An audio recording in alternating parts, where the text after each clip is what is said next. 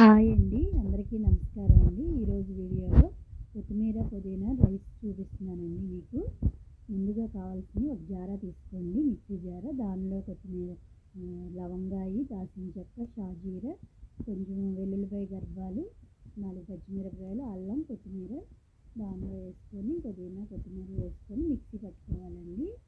అది మెత్తగా గ్రైండ్ చేసుకొని పక్కన పెట్టుకోవాలి. ఒక కళాయి తీసుకొని దానిలో షాజీర, కొంచెం జీడిపప్పు, లవంగాయి, దాల్చిన చెక్క, పచ్చిమిర్చి, ఉల్లిపాయ, టమాటా ముక్కలు వేసి వేపాలండి. అవి వేగుతూ ఉండగా ఈలోపు మనం రైస్ రెడీ చేసుకొని కడుక్కొని పక్కన పెట్టుకొని ఉంచుకున్నానండి. ఈలోపు మిక్సీ పట్టిన కొత్తిమీర పుదీనా రైస్, కొంచెం పసుపు దానిలో యాడ్ చేశానండి.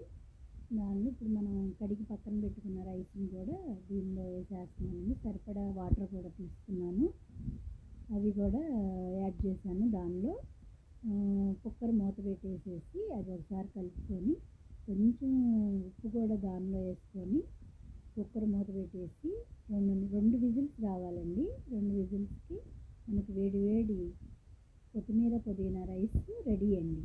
ఓకేనండి.